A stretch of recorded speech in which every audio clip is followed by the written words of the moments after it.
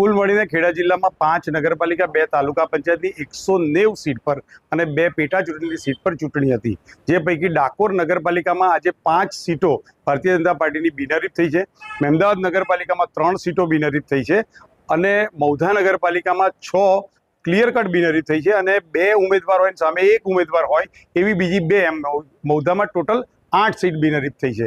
આ સિવાય જે રીતે અપક્ષોએ ભારતીય જનતા પાર્ટીના સમર્થનમાં ફોર્મ ઠેર ઠેર પાછા ખેંચ્યા છે, એમ કહી શકાય કે ઘણી બધી સીટો એવી થઈ ગઈ કે જેની પર કોઈ હરીફાઈ જ નથી અને ક્લિયર કટ બહુમતી આ સાથે જગ્યાએ ભારતીય જનતા પાર્ટીની આવશે।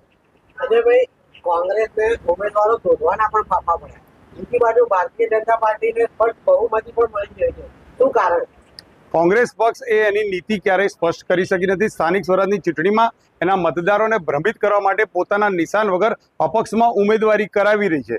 પોતાના પંજાના નિશાનથી જેને પરહેજ છે એવી કોંગ્રેસની સ્પષ્ટ હાર ખેડા જિલ્લામાં દેખાય છે।